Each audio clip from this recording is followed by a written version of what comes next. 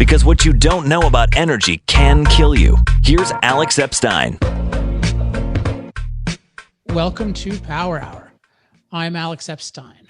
Well, I've done several episodes so far about the terrible blackouts in Texas, done a little bit of what led up to it, done a little bit about just sort of what were the near-term causes of it. But we haven't really done an update on it in a while. And so I wanted to bring on a guest who could help us understand the big picture, including what's happening in Texas going forward, because it's been out of the news. And I think there are a bunch of really bad ideas in Texas right now and a few good ones. And I want help sorting those through so that we can do what we can to advocate the right path forward. So here to join me is one of the people who's helped me most think through these issues. His name is Brent Bennett. He's from the Texas Public Policy Foundation. He's I believe he's a physics background. We'll talk about that. But he's in the last several years become one of my favorite energy experts. So Brent, welcome to Power Hour. Thank you, Alex. Glad to be here. It's an honor. Right. So you and I met a few years ago when you were sort of just getting started on energy policy. You really ramped up very quickly. But so I'm curious. I don't know if I've ever asked you this. Like, how did you get into this, and what was your background before this? Yeah, so I grew up in Midland, Texas, kind of as a son of an oil and gas entrepreneur. My dad actually quit his day job the year I was born, which is 1986, also a terrible year in the oil business. And throughout my life, really, the business was pretty slow. This is obviously the days of peak oil, and everyone thought that the business was kind of in terminal decline.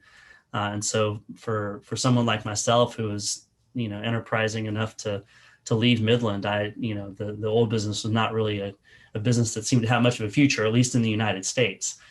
And so I went off to college and studied physics. I was a science geek. Studied physics and was particularly interested in fusion.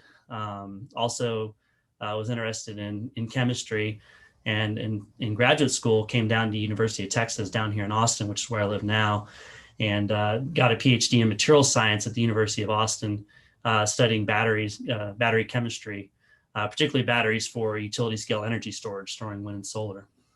And so that was kind of my path that I found my way towards. But at the time, while I was in college in the late 2000s, the oil business was starting to change. And now, starting about 2010, of course, everything has just been completely different, just with the shale revolution and all the incredible prosperity that's brought.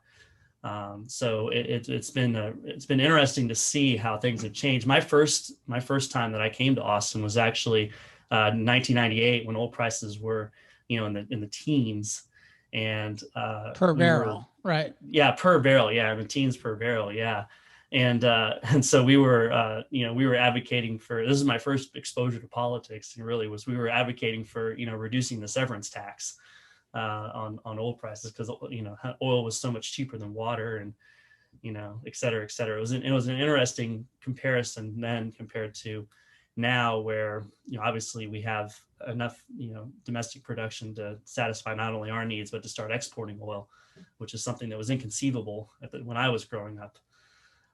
So it's interesting now to come back into the oil business by way of policy, which I did primarily in order to avoid leaving Texas. No offense to California, but I was a lot of my job opportunities were out there after college. I actually did get a job with a startup here in Austin selling battery materials, but that didn't last very long.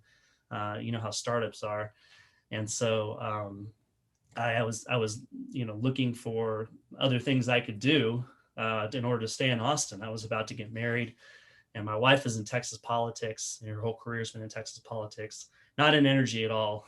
She's mostly been in healthcare, but she recommended that I take a chance on trying politics, and I have some familiarity with the Texas Public Policy Foundation.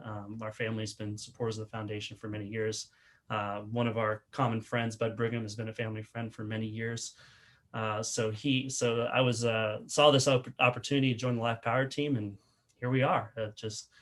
Now I'm almost 3 years into the job, and really enjoying it. So it's been a pleasure, especially getting to meet so many people like yourself, and people that I just never had an opportunity to meet had I not taken this job.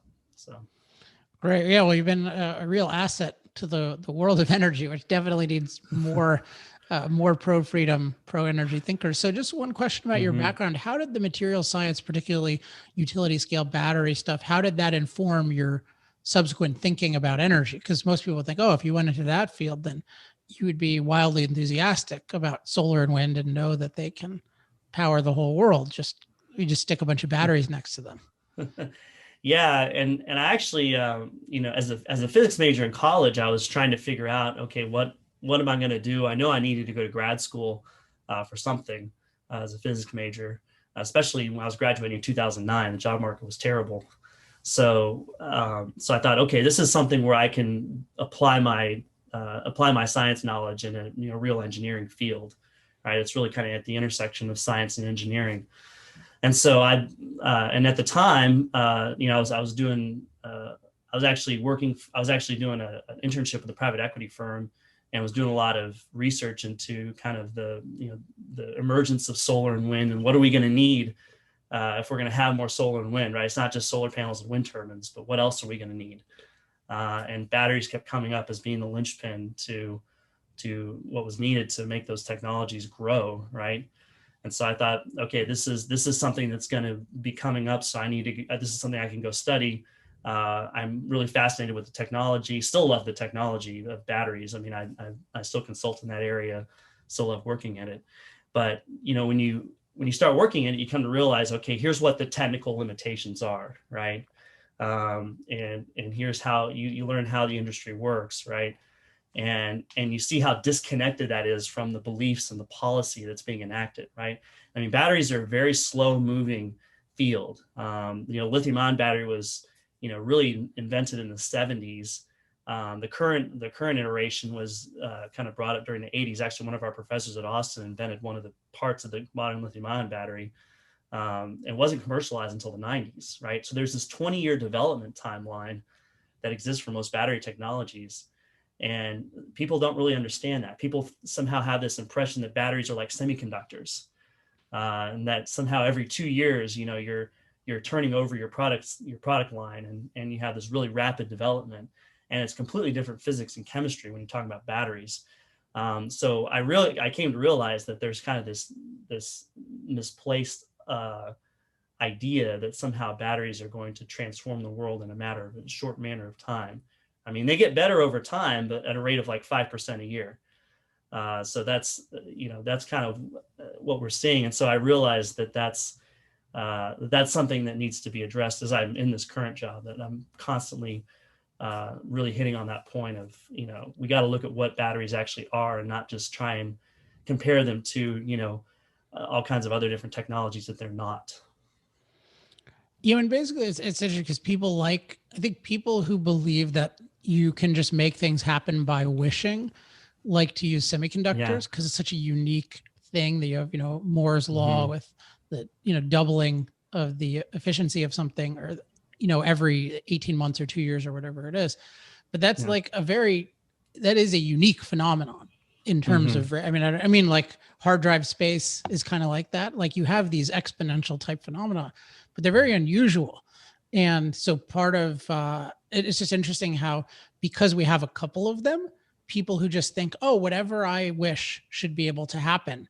So if Yeah. I want everything to be solar and wind, then everything should be solar and wind, and that should somehow be cost effective. Even though if it was cost effective, people would probably already be doing it on their own with it. But they just think, oh, like so they make up, oh well, batteries, they'll be just like the microprocessor, they'll be just like my hard drive, and there's no reality check of, okay, we've had batteries for a long time, we've had battery cars for over 100 years, like they progress, but they don't progress that much. And I think there's no reason to think they can do what people imagine they can do in terms of basically free storage of electricity, of unlimited Yeah. electricity.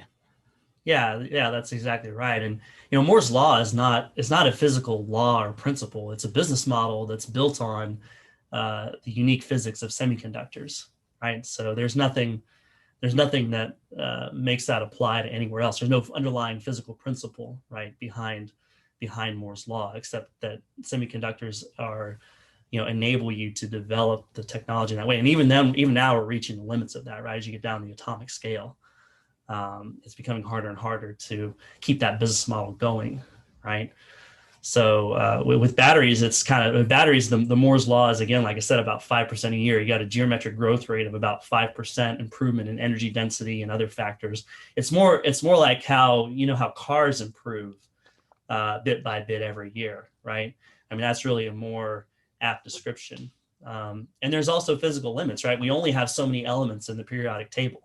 Batteries will never approach the energy density of gasoline unless we invent completely new physics and chemistry, because it's just not possible within the confines of the periodic table for batteries to be that energy dense. It's not to say that we can't get batteries to the point where they're useful for electric vehicles and they're inexpensive enough for electric vehicles, but it's like you said, it's not unlimited. There's not this idea that there aren't limits to what can be done, right? I like the idea. It's a really good point. I never put it that way. Just that Moore's law is not a physical law, and it's probably a bad thing to even call it any kind of law, but it's definitely not a physical law. And one way to think of it is like proper economic ideas in many ways derive from like recognizing physics and chemistry. So if you think about just the idea of using oil for transportation, it's based on the energy density or the chemical energy density of oil, which can store a lot of chemical energy in a relatively small space. And it can be burned in a kind of continuous way where you don't have to be like shoveling coal and, monitoring a coal pile or that kind of, but it's like that economic idea of using oil comes largely from the physics of it. And also the geology of it, just how much there is. But now people think, oh, I have an economic idea. And so the scientists will make it happen. And there's no recognition of, oh, there are physical laws. And all the scientists can do is identify them. And maybe they can identify new ones. But if they haven't identified one, you don't just get to make up that they will identify one. Like the economic innovations come from working with the physical laws, not like making them up. And I think it's this total inversion of a scientist, because it's like, no, a scientist is a magician who can make any arbitrary idea of mine happen. I think that's like the Elizabeth Warren thing. She'll say, oh, I'm confident the scientists can do it. Like, what does that mean? Yeah. Well, and policy based on, hope is not good policy. I mean, you look at the way we've improved our air quality so much in the United States over the last 70 plus, 50 plus years, right? We've followed our policies with the technology, right? The catalytic converter was invented before the Clean Air Act, right? Pollution controls for power plants were invented before they were implemented, right? And now we're at this point where our air is so clean that if we're going to go further than what we've gone, we either have to invent things that don't exist. We have to just come up with things to meet the standards, right? This is kind of the realm of the Clean Power Plan, right? Coming up with carbon capture technology that's not commercialized in order to meet the standards, or we just shut it all down, right? And so that's again an example of how this idea that somehow we can just magically come up with stuff to meet our policy goals is just infecting so much of energy and environmental policy. The other thing I would point out, you mentioned there's these options of, you can invent something new, or you can shut it down. I think ultimately the motive behind the leaders is shutting it down. I make this point that, I think the modern environmental movement is really an anti-human impact movement. So just any human impact on nature they think is immoral and must somehow be self-destructive. And if that's your perspective, you'll oppose every form of energy, because energy just allows us to impact nature. That's the core of what it does. It does physical work on nature to transform and manipulate nature. And you see this with the progression, like the so-called environmental movement supposedly supporting nuclear and then opposing it, and then supposedly supporting natural gas and then opposing it. And you're seeing this with solar and wind. They're thinking, oh my gosh, it turns out that using really dilute energy takes up a lot of space and uses a lot of materials. We didn't sign up for that. And then you have like the Michael Moore, Planet of the Humans. It turns out batteries involve mining.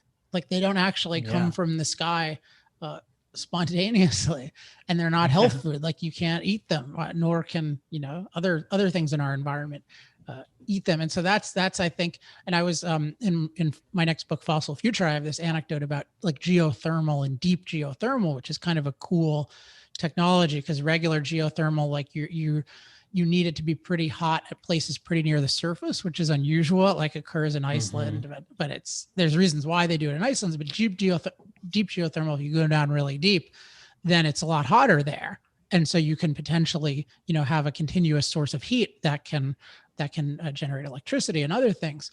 But I'm just thinking, like, imagine that becomes remotely viable. What is Al Gore going to say? Like when we're doing fracking on geothermal, you already do fracking with different kinds of geothermal. Like you literally do fracking on geothermal miles deep. You think Sierra Club is just going to give us all a round of applause? They're like, no, how dare you're impacting underground? That's bad. So it's always the enthusiasm for these, like, is always a phony enthusiasm. So it's this combination of like, yeah, we're going to make something up and promise that that'll work, but really they don't care. At least the leaders don't care if it works. They just care about destroying the existing thing because it has too much impact. Mm-hmm. Yeah, I couldn't say it any better. And it's a problem. The problem is, like you said, is that this is not something that's necessarily widespread, but it is widespread among the policy subset. And a lot of regular people don't understand the kind of the logical conclusion towards which a lot of these ideas tend, right? Which I think is something that you do a really good job of pointing out. People just think, well, I'm global warming is a problem, or I want to support the environment, so I'm going to support these causes, without thinking about the logical end to which all of these policies tend towards. Yeah, and I think a lot of that, just one final comment, is like it's really important for the right side to have clear goals. Like if I'm talking about, global human flourishing, that has, that implies, okay, yeah, we want high environmental quality, we want low danger from climate, but that's the package that we're going toward. And the package we're going toward is not an unimpacted planet or like a totally, quote, green planet. And that's, I think when they have a monopoly on a goal that has any kind of good environment associated with it, that's when it's really dangerous, because they have this idea of like being green or minimizing our impact.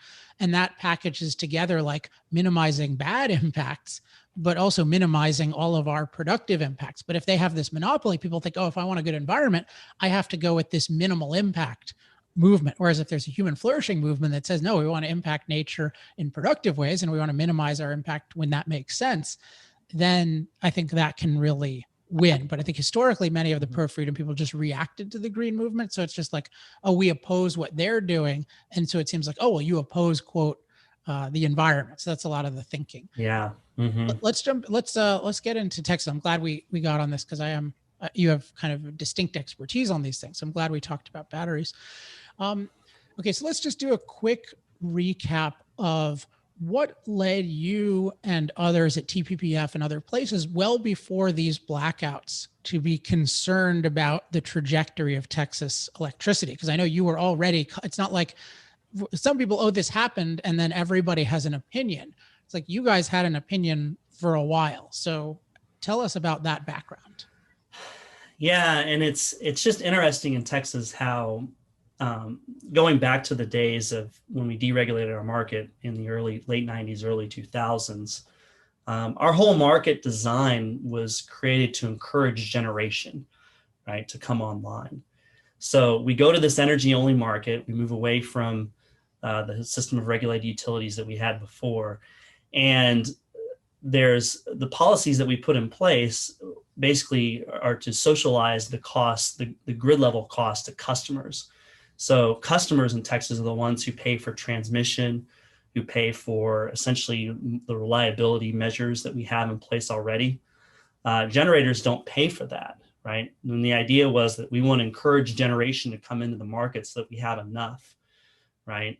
And of course, when you encourage coal and gas and nuclear to come into the market, you're buying a certain amount of reliability, right? So you don't have to worry. You don't have to create as many reliability measures on top of the existing market, because there's an inherent level of reliability that you're buying. It's far from perfect, right, as we've seen, but you're still buying an inherent level of reliability, right?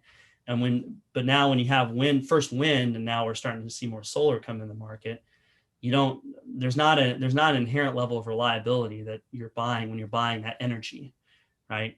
And that's really the fundamental cause of the problems that we're seeing now. You add on top of that federal subsidies, right, that are pushing the equilibrium even further towards wind and solar, and you have a really distorted market, right?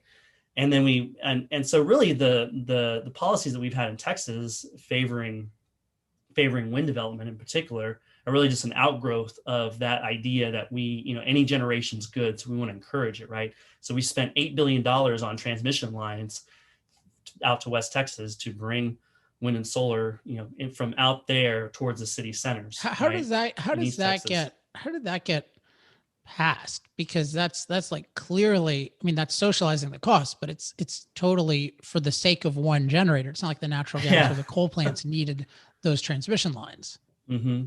Well, and this was, of course, way before my time. So you'd want to talk to some of my colleagues who've been around longer that were back, during the mid to late 2000s when they were enacting these policies, right? But the basic, my understanding of it is that back then there was a lot of pro wind sentiment in the Texas legislature, even among the conservative set, right? And so there's this idea again that this is good generation, we want to bring it in, so we're gonna spend money. Of course, there's a huge lobbying effort on the part of those generators, right? And there still is, right? I mean, the lobbying power of that, the wind and solar developers can't be understated, right? It's particularly significant here in Texas, and it's interesting how you see, and we could get into this later, how you see the effect of that in terms of it's not necessarily a partisan thing. Like there's some Democrats in Texas that will vote against subsidies for wind and solar, and some Republicans that will vote for them. And that's been true throughout our history. So it's, and that's been part due to just geography, right? You have Republicans in West Texas are all in favor of wind because there's a lot of development out there for rural communities, even though it's bad for the rest of Texas. And so you kind of throw all that together, right? And there was this political mix that kind of led us to, building those transmission lines, to continue to extending our corporate property tax subsidies to wind and solar development, chapter 312 and 313, and the Texas code give subsidies to companies that are investing in the state, right? And corporate property tax subsidies. Very bad policy all around, and it was extended to wind and solar during that time. So I just thought between those two things, we encouraged a lot of development. Yeah, I just thought of an analogy that I think works, although it may break down. So you just think about, if you're a construction company, and you sometimes see, definitely have this in California, there are certain places where like workers will sit at the beginning of the day, like just looking for work. And then, they'll get picked up and stuff. And you just think about, okay, let's say you have a construction company and you decide like, okay, I'm not going to have any long-term contracts for certain types of work. I'm not going to demand anything, but I'm just going to take like whoever is willing to work with me on a given day. So I think of that as kind of like an energy market. And now if you have a large pool of reliable construction workers, so every day they're going to come, they're going to work hard, they're going to do a good job, that system can work pretty well. Like, because they'll be there. And so you'll just say like, okay, whoever gives me the lowest price, I will, I'll pay that, or I'll pay that to everyone. The details don't matter too much there. Like that works. Yeah. But then if you have it where you say, okay, but I'm also going to invite a bunch of, but you have standards of reliability for all of them. Like they generally have to show up. But if you then have, okay, I'm going to have a whole bunch of drug addicts too, and I'm going to come. And so if the drug addicts charge me a lower price, I'm going to pay them instead of the reliable people. And then on top of that, the government says, you know what, we really want to get more work for drug addicts. So we're going to pay you, the construction company, $4 an hour for every drug addict that you hire. So what are you going to do? You're going to rely on these drug addicts. And so what's going to happen to the reliable people? Well, they're not going to be able to make, some of them won't be able to make money anymore. So they're going to leave. And then you have a construction job you really need. And then all you have is drug addicts and they can't do anything. And then you have just a few reliable people left. So that's how I think of an energy only market when you allow unreliables. Again, when you have just reliables, it works, although there is some precariousness. But when you allow the unreliables, when you allow the drug addicts, then it is just a total mess, and it's a disaster waiting to happen.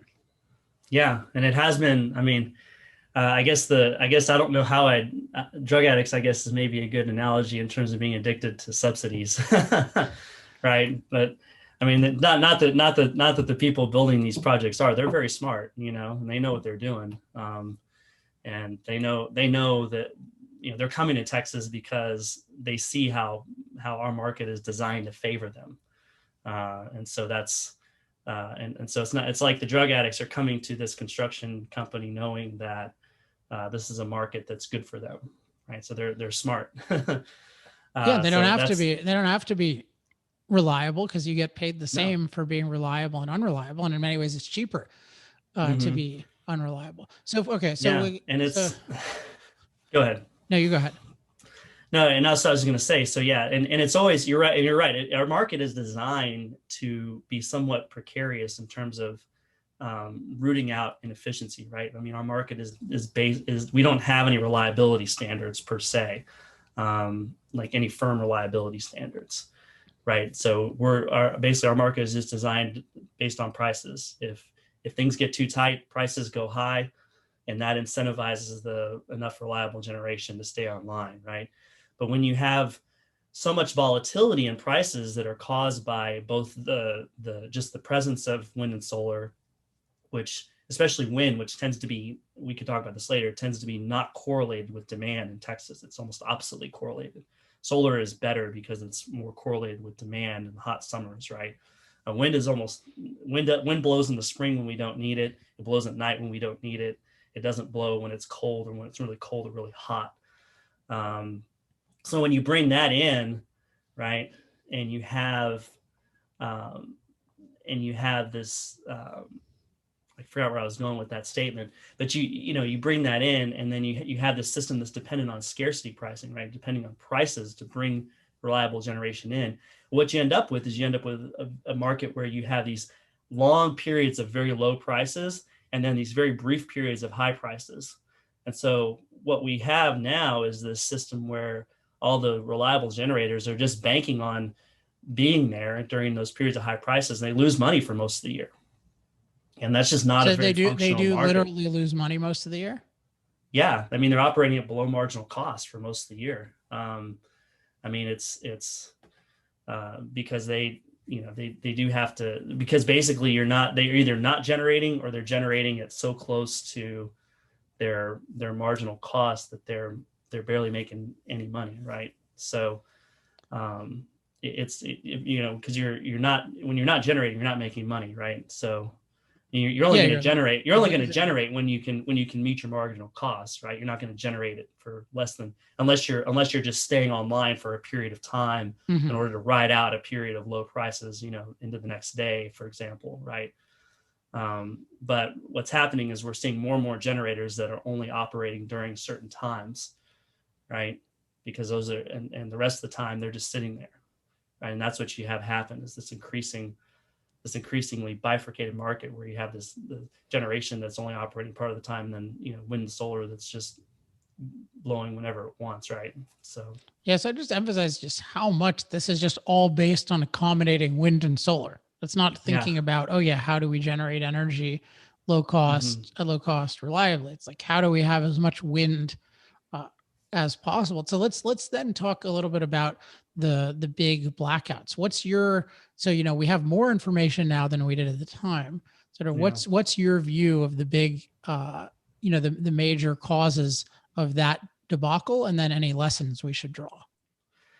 Yeah. And you mentioned earlier that we've been talking about this for many years, and I go back to, at least 2011, 2012. 2011, we had both a very cold event in the winter, and we had rotating outages, right, rolling blackouts that winter, not due to a really supply shortage, but just because that was like this time, there was a lot of power plants that didn't operate well in the cold and went off, and we had high demand, right? So, but that summer, so that was 2011 in the wintertime. And that kind of was a prelude to some of the things that happened in February. In the summertime, we had really extreme heat. That was our hottest year on record in Texas, our hottest summer on record. And we really were tight on supply. And so there was some changes made to adjust reserve pricing. And then some investment came in. But at the time, we were already starting to get concerned about, there was, concern from the PUC. There was one of my predecessors, Bill Peacock, here has some quotes from that time, talking about how PUC is Public Utilities Commission. Yeah, the Public Utilities Commission. Yeah. There was a lot of discussion about how we were starting to be short on capacity, reliable capacity in Texas. So this was 10 years ago. But we really we tinkered with prices, but again, we didn't really do a whole lot to create new reliability mechanisms to ensure reliability, right? We're still operating under this belief that somehow prices are going to be able to keep things in line, right? Even in the midst of all these distortions that I just mentioned, right? So we flash forward another 5 years and we start to see really an uptick in wind development, in particular 5 years ago, and now in the last couple of years, solar, right?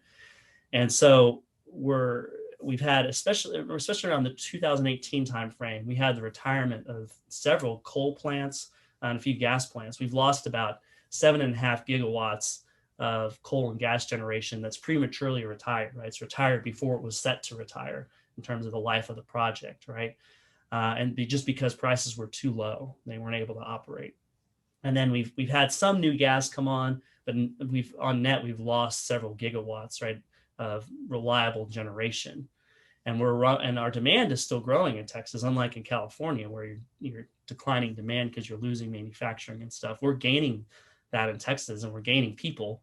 So our demand is growing, and we're counting on wind and solar to meet that demand, right? Well, we get to February, and now we're at the situation where we have demand that is going to approach not just a summertime record, but an all-time records. We were going that direction. So we were predicting, days before, the previous week before the event, we were talking about how we're going to be short we're going to have rolling blackouts. Like there's no way we're going to avoid it. So I want to set that up first to say that this was an inevitable event in terms of having some level of blackouts, right? Because we were short on capacity. Now, the fact that we got that level of demand in the winter instead of the summer is the only thing that surprised us. I mean, our director, Jason Isaac, he wrote an op-ed in the summer before talking about how our reserve margins were really a lot thinner than they were being reported as. We could go into that as well. That's a whole interesting topic. Yeah, I mean, I thought it was, when I wrote about it too, I thought it was like when I wrote about California, I had this section about, this is like Texas has dangerously low reserve margins. And I expected it to be in the summer as well. But I think it is important that there is just this whole wind and solar focused market manipulation means a lack of reliable capacity. So there wasn't going to be enough to handle this, and just you're I call it like reliability chicken. You're just trying to get away with because part of it is, you need to accommodate the cost of the wind and solar. So you're in a macro way, you're trying to minimize the amount of reliable power plants you have. But then the more you do that, the more you're actually relying on the wind and solar, and the more precarious you are. So California tries to get away with this. It fails. Texas tries to get away with it.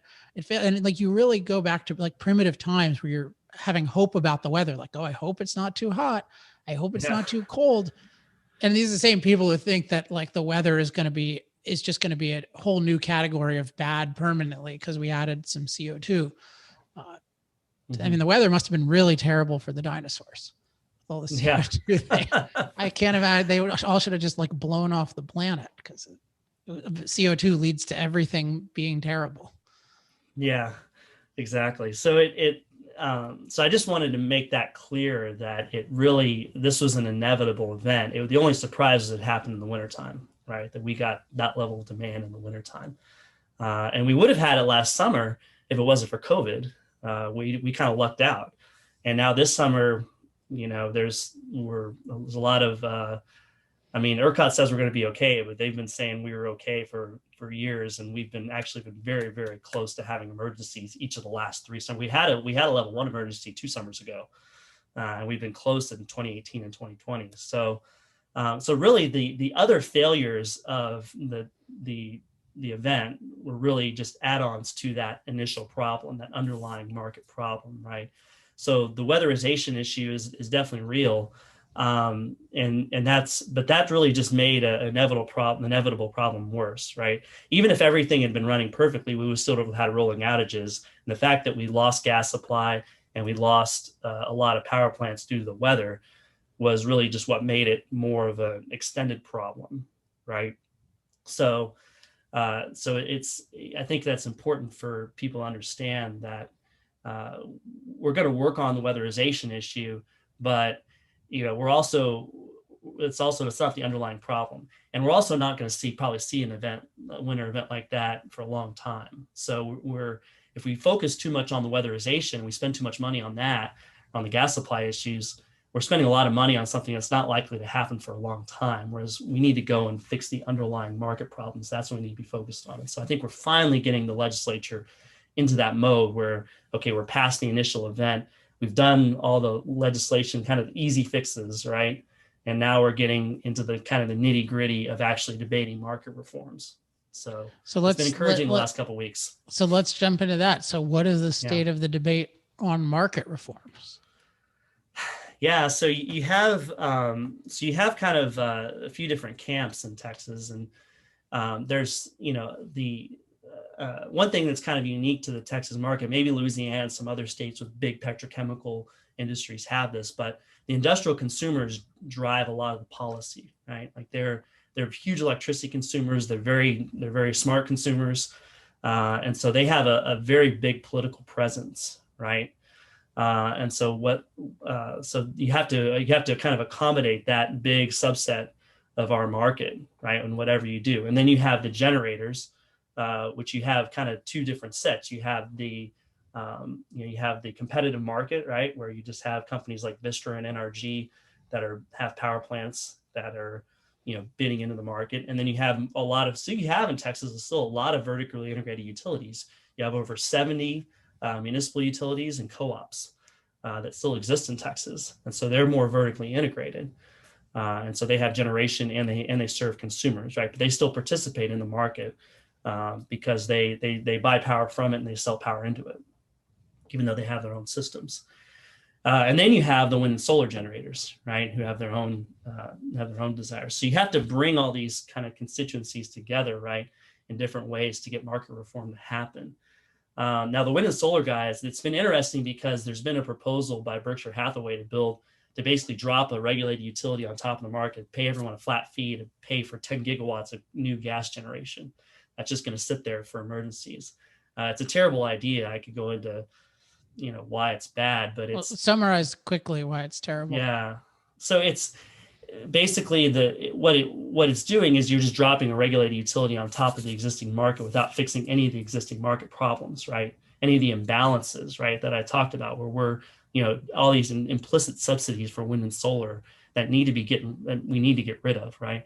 I mean, forget about the subsidies. Let's just get rid of all these implicit subsidies for those generators and make them pay their freight when they want to bid in the market. Then they need to provide some level of reliability. They need to pay for transmission and so on, right? So if we just pay for more backup generation by charging consumers for that, then we're just going to see a continued erosion of the existing market. We're going to have to come back in another 4 years to build another 10 gigawatts. Yeah, and another. Eventually, right? You're just going to have a regulated utility. We're going to have subsidized wind and solar and subsidized backup gas generation. Yeah. That's going to be our market, right? So that's that's the kind of reform that we're trying to fight right now. Is all these kind of reforms that don't really balance the market, right? We need to provide some balance in the market, and so. But that has brought out what that's been good for is it's brought out the debate about whether we should do we need more reliable capacity in the grid, and do we need measures to ensure that, right? So it's brought out a very good debate over the last couple of weeks that we need to be having. Whereas it was hard, we were having a hard time on our own and with some of the other folks getting that debate more into the forefront of the legislature. And I think now it's there. But we just have to redirect that momentum into the right kind of ideas. And it's been interesting in the two main hearings that have been on this bill, on this particular proposal from Berkshire Hathaway, the wind and solar guys have been almost absent. A couple of their main lobbyists have not been there. And it's almost like they don't want to talk about market reforms because the market's working great for them.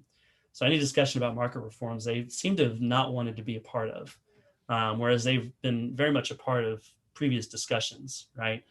So it's been interesting that we're really in this position where we're trying to triangulate, okay, what is acceptable to the industrial consumers who are so price sensitive, but now they do understand that we need more reliability, right? So they're kind of, you got to work with that, right? But they're very sensitive to any changes that would increase their costs, right?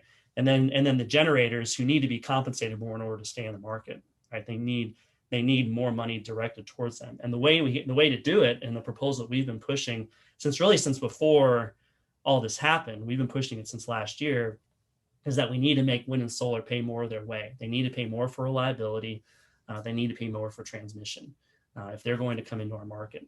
And so that's really what we're trying to push. And we have a couple of vehicles that are moving through the legislature that are trying to get at that. Still got a long ways to go, but the fact that we're actually having that discussion when it hasn't been had over the last 10 years, except in the back rooms of the PUC discussions, and the fact that it's now out in front at the legislature has been a silver lining of the tragedy in February. That's really getting us to discuss this.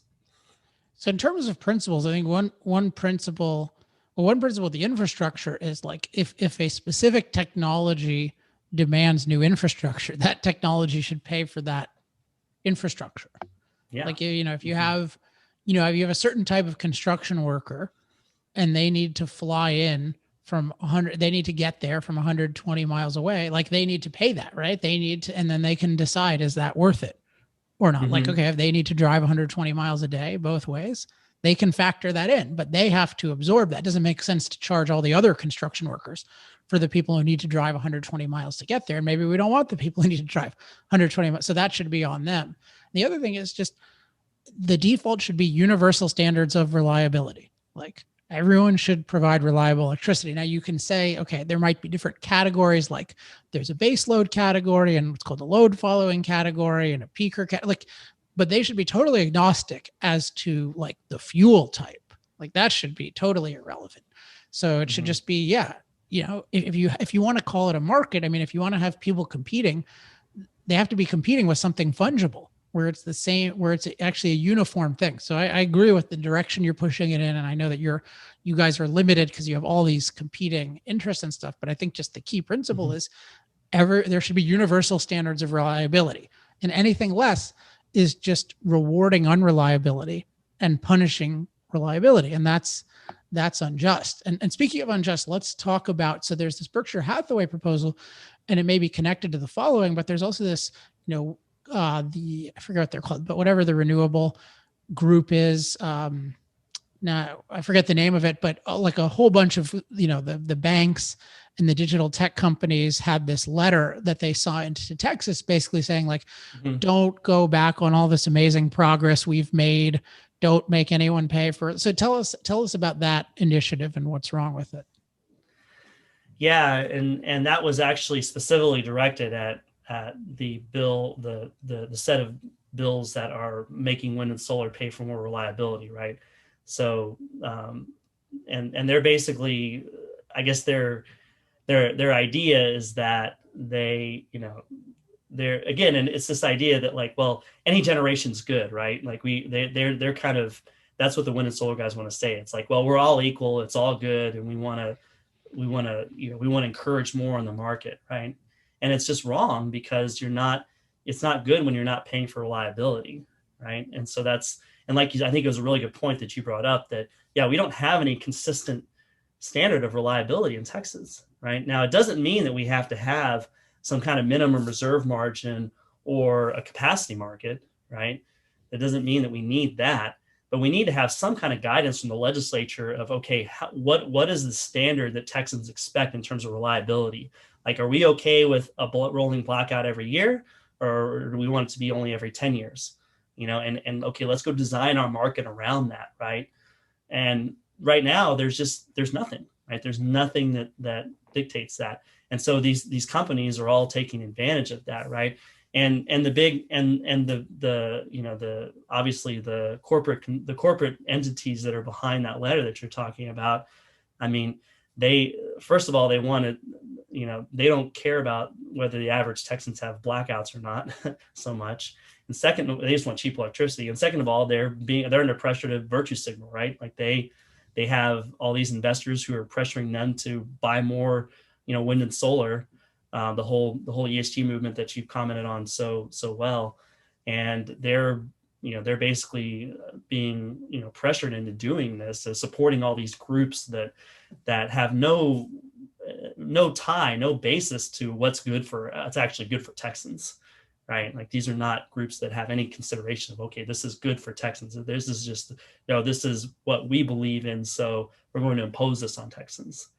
And I think that's really what gets to the heart of what's wrong about those kind of initiatives, right? Is you're talking about people that don't really have any concept of what Texans want. And Texans should step up and assert their will at the legislature and say, no, we want a certain level of reliability. We're going to make a market that ensures that. And so that's really what we need. So what should listeners to us right now, like what can they do to get involved and to push things in a better direction? First of all is to follow our stuff at Life Powered. I got our website behind me, lifepowered.org, to just share information, I think is really key. I mean, there's really not much, and a lot of this that we've been talking about has not really gained a lot of traction in the media narrative, right? Like you said, the blackouts especially from the national media, the blackouts kind of faded from that.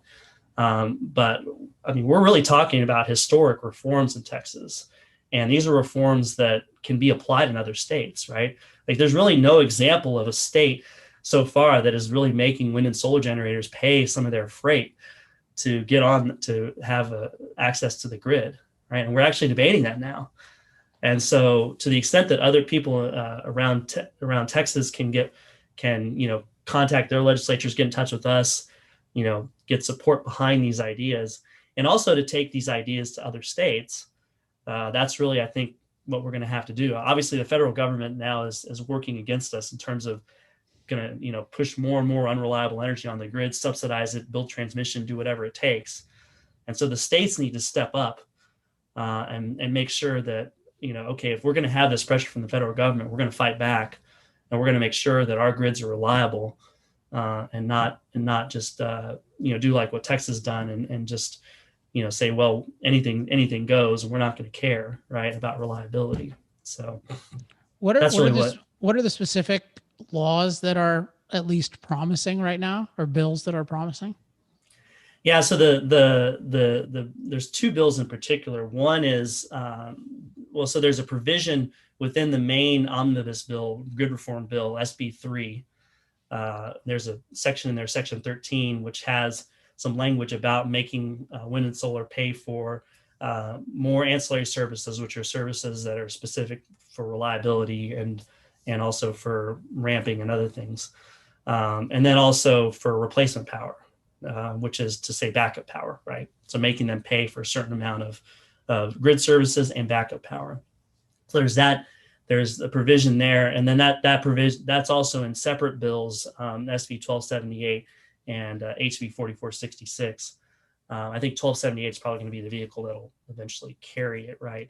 So we're working on strengthening the language there. It's been a real fight to not just to get that language in there, right? Which is, like I said, the fact that it's there when it hasn't been in any point in our history is pretty remarkable, right, on the face of it.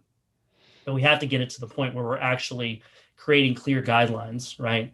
The legislature needs to be setting clear guidelines. So that's really the main thrust of our activity right now. But there's also another bill, SB 1282, that is requiring wind and solar to basically any new generation is basically giving them, but since we're only building wind and solar, it's really just applying to wind and solar. But any new generation will have to pay a certain amount for transmission. We're going to give them an allowance for a certain amount, but beyond that, they're going to have to pay. So we'll pay for a certain number of miles or a certain amount of interconnection costs, but beyond that, they're going to have to pay for it. And so those are really the two main policy proposals making their way through right now. But there's also a counter proposal from wind and solar to buy more transmission to kind of have a second version of the $8 billion that we've already spent building transmission lines to them. And so we're also fighting that. All right. Well, I'm glad there's some push in this direction. As I've mentioned to you before in private calls, like, I think, for my part, I'm trying to just push it in the direction of like the principles of, look, we need everyone, if you're going to have this kind of competitive market, you need to have reliable competitors. You need standards of reliability. We need to stop doing everything we can to promote unreliable electricity. Like even if you talk about ancillary services, too vague. It's just like it doesn't get to the point that there's all this freeloading. And I think it's important to make the point that all these people who are you're talking about, like they're not interested in Texas. Well, I think one of the main things is they are interested in getting this, in being overpaid for unreliable electricity by subsidies and by the market preferences that they get and don't deserve. So I'm really glad you guys are doing this work, and I hope you get the best language possible. As we wrap up, we see lifepowered.org in back of you, or we see lifepowered.org, or now we can see the whole thing in back of you. My shoulder's hiding it. Where else should people go to learn more about you or the work you're doing at Life Powered? Yeah, we're on social media, Facebook, Twitter, Instagram, and also go to our main website, texaspolicy.com, for kind of more general information about what we're doing. And we also have a new, the TPPF has a new website called the Canon Online, which kind of has our own commentary website. So we post a lot of stuff there as well. What's that address? thecanononline.com. The Canon Online. Yeah. Mm-hmm. And I know you do, we retweet your stuff. I know you retweet ours. So really appreciate the support that you give in terms of messaging. And again, which is really important for us, I think, to share this information, have this discussion, because the mainstream media is not going to cover any of this, right? That's not in their interest to do so. So we need to get the information out. I'm going to force them to at some point. Right. They've said, they've already said weatherization and all the other things that we've talked about are, that's it. And we don't need to do any more, right? There's nothing more left to cover. So hopefully we'll be able to change that. Awesome, Brent. Thanks so much for coming on the show. Yeah. Thanks, Alex. Thanks again to Brent Bennett for joining me.